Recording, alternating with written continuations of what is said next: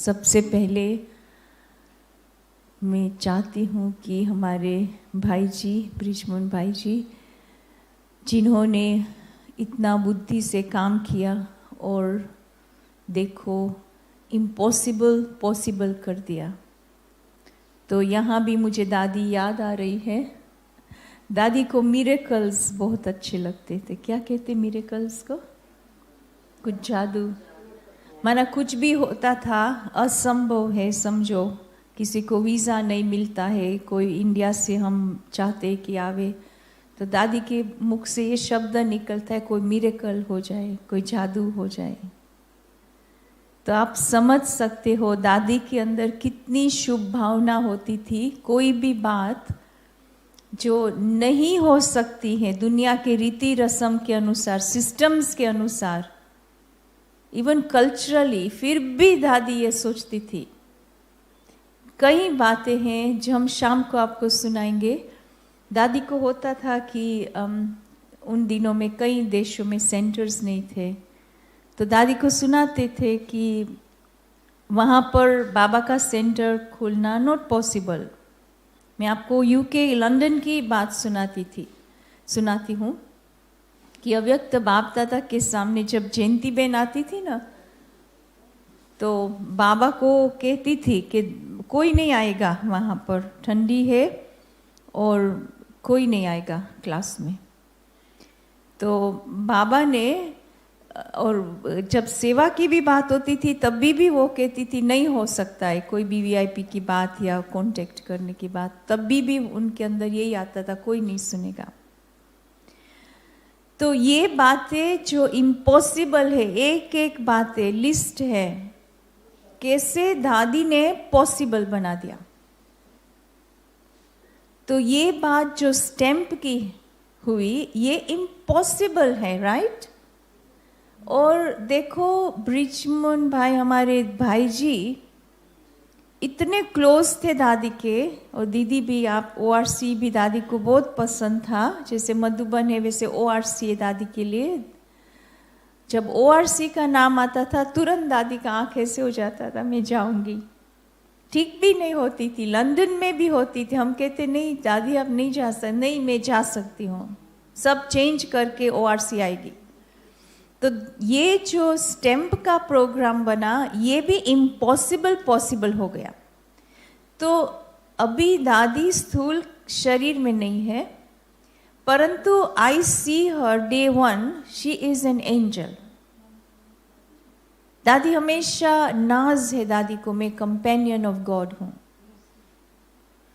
भगवान मेरा साथी है। बड़ी बड़ी सभा में वहां पर भगवान का, मैं बताती यूके यूरोप में गॉड का नाम नहीं लेते। दादी को कहते थे आपको गॉड नहीं बोलना है, भगवान नहीं बोलना है, बाबा नहीं बोलना है। आप समझ सकते हो कि दादी सभा में जाएगी और बाबा नहीं बोले, गॉड नहीं बोले, इम्पॉसिबल। मैं आपको एक एक बात बताऊं कैसे इम्पॉसिबल पॉसिबल कर दिया विश्व भर में। तो ये इसीलिए एंजल दादी कैसे भी करके, बुद्धियों को टच करके भी, किसी न किसी को निमित्त बना करके, भाई जी निमित्त बने तो निमित्त को मिलता है उसका रिटर्न, बुद्धि लगाने वाले को मिलता है, ये भी दादी कहती थी। तो आज का जो कार्यक्रम है ये क्यों है, दादी को कभी अपने ऊपर वो ध्यान नहीं खिंचवाती किसी का, ये है कि बाबा का नाम वाला हो, सबको बाबा याद आवे। तो बाबा रग रग में बाबा, और ये बात हुई विश्व भर में, इतनी बड़ी इसकी सेवा है, और इससे हमारा ब्रह्मा कुमारीज का और आगे स्टेप बहुत बड़ा जंप लगा दिया विश्व की स्टेज पर।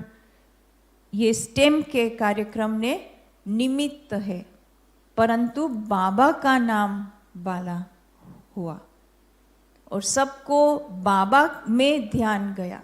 दादी भी निमित्त बनी पर ध्यान उसमें गया बाबा में।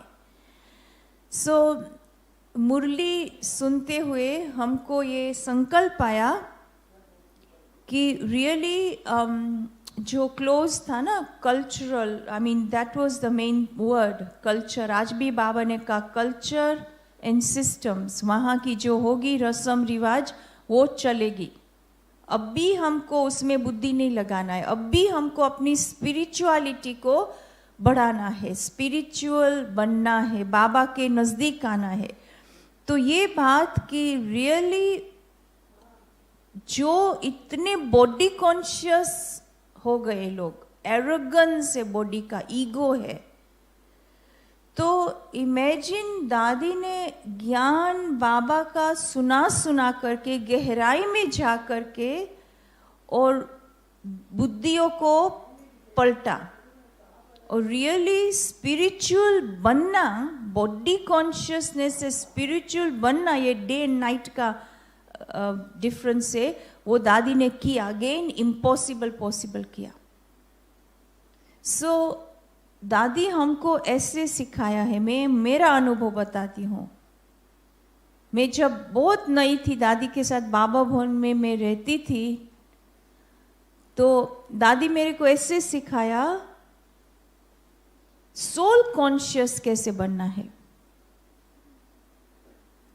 और सोल की विजन सबके लिए। आज भी लास्ट बाबा की लाइन लाइट, हम सबको आत्मा लाइट के रूप में देखें, हमने इस पर बहुत अटेंशन दिया है। हमको बॉडी को नहीं देखना है। रियली दादी ने इतना मेहनत किया है कि कैसे हमारे अंदर स्पिरिचुअलिटी और स्पिरिचुअल पावर आवे, इसके ऊपर क्या हमको अभ्यास करना है, कौन से सिचुएशन में कौन सी बातें हमको बुद्धि में आनी है। तो दादी हमेशा कहती है नोट करो। जब आती थी ना वो पॉइंट मुरली में, तो मुझे कहती थी ये नोट करो, ये नोट करो। आज मैंने कितनी बातें नोट की, और मुझे दीदी की मुरली बहुत अच्छी लगती है, मैं हर रोज सुनती हूँ। पूरे लॉकडाउन में हमने सुनी, first thing in the morning, योग के बाद हम दीदी की मुरली सुनते, क्योंकि हम लोग तो 5.5 आवर्स पीछे है। तो कितनी बातें नोट होती थी। मैं सोचती थी कि आशा दीदी कब मुरली स्टडी करती होंगी, कि कौन उनको हेल्प करता है, उनकी मुरली कैसी होंगी। I want to see, underline है मुरली में, लाइंस लगी हुई है, राइट बात पर वो स्टॉप होती है। It's a really good training. जो मुरली सुनाने वाले हैं सब बाबा के बच्चे टीचर्स है, तो सबको ये अंदर ध्यान जाता है बाबा की बातों पर, और बुद्धि योग बाबा से इतना गहरा लगे और इतना गहरा हो जाए, तो कितनी ब्लेसिंग्स मिलती। आशा दीदी आपको भी विश्व भर में कितने सेंटर्स है हमारे कनेक्शन में। वो कहते हैं हम पहले आशा दीदी की, हम ORC की मुरली सुनते, सब लोग ORC की मुरली सुनते, इतना अच्छा लगता है। तो मुरली का महत्व जो है वो इतना बढ़ गया है। मैं देखती हूँ कि मुरली के सिवाय हमारा स्पिरिचुअल लाइफ नहीं है, ये हमारा फाउंडेशन है। तो मैं थैंक यू दीदी आपको कहना चाहती हूँ कि really you have been amazing instrument, कि जैसे हमारी दादी को इतनी मुरली प्यारी थी, आपने इतना अटेंशन मुरली पर दिलाया सबका। तो मुझे बहुत अंदर से यू टच्ड माय हार्ट के ऐसे ही होना चाहिए, सबका ध्यान मुरली पर ही होना चाहिए और बाबा पर ही होना चाहिए, और कहाँ पर ध्यान नहीं होना चाहिए। तो ऐसे करेंगे तो हम जल्दी जल्दी एंजल्स बन जाएंगे। अच्छा, ओम शांति।